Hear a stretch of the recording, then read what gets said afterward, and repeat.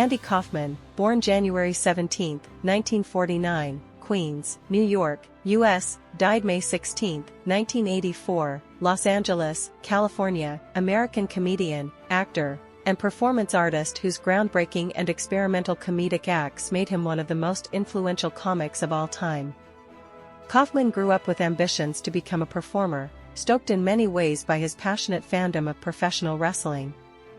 He entertained at children's parties while himself a young man and, while studying television at a junior college in Boston, he had a campus TV show, Uncle Andy's Funhouse. He returned to New York City and began performing in comedy clubs.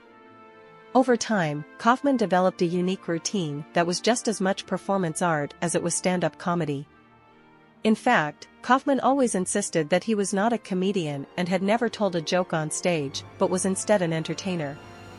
Kaufman's stage routine centered around unexpected comedy show acts, which over the years ranged from reading sections of the novel The Great Gatsby to singing the repetitive folk song 99 Bottles of Beer to completion. The most notable character in his chameleonic performances was Foreign Man, an awkward immigrant from a fictional country who would, among other things, selectively lip-sync to the theme song of the Mighty Mouse cartoon or do a series of bad and heavily accented celebrity impersonations before culminating in Kaufman's own impeccable Elvis Presley impersonation.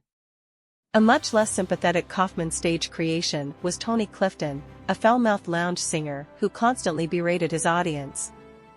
Kaufman, and, occasionally, his friend and writing partner Bob Zmuda, would wear a fat suit, makeup, wig, fake mustache, and sunglasses to create Clifton, which allowed him to insist that Kaufman and Clifton were two different people, a ruse that he maintained all of his life and that Zmuda perpetuated by appearing in public as Clifton after Kaufman's death. Kaufman quickly became a comedy sensation in New York, which led to appearances on Saturday Night Live, 1975, including a famous debut as Foreign Man on the show's first episode that introduced America to his signature cringe humor.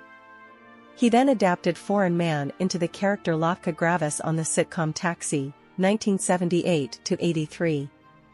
However, outside of co-starring in two feature films, In God We True $T, 1980, and Heartbeeps, 1981, Kaufman did not use the increased exposure that came with starring as a lovable eccentric in a hit television show to broaden his appeal.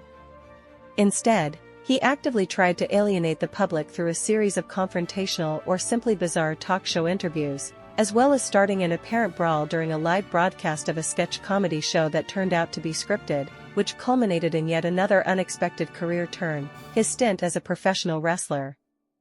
He took on the persona of a chauvinistic wrestling heel and began challenging women, and only women, to wrestling matches. Kaufman promoted himself as the intergender wrestling champion of the world and claimed an unbeaten record against all of his opponents. At this time, he also had a staged feud with pro wrestling star Jerry the King Lawler that included a match between the two and a notorious fake fight on an episode of Late Night with David Letterman. A lifelong health fanatic and non-smoker, Kaufman was stunned when he was diagnosed in January 1984 with a rare form of lung cancer, which killed him a few months later. Unsurprisingly for someone who spent years fooling the public, rumors that his death was a hoax persisted for decades after his passing. Kaufman's life was the topic of the film Man on the Moon, 1999, which starred Jim Carrey as Kaufman.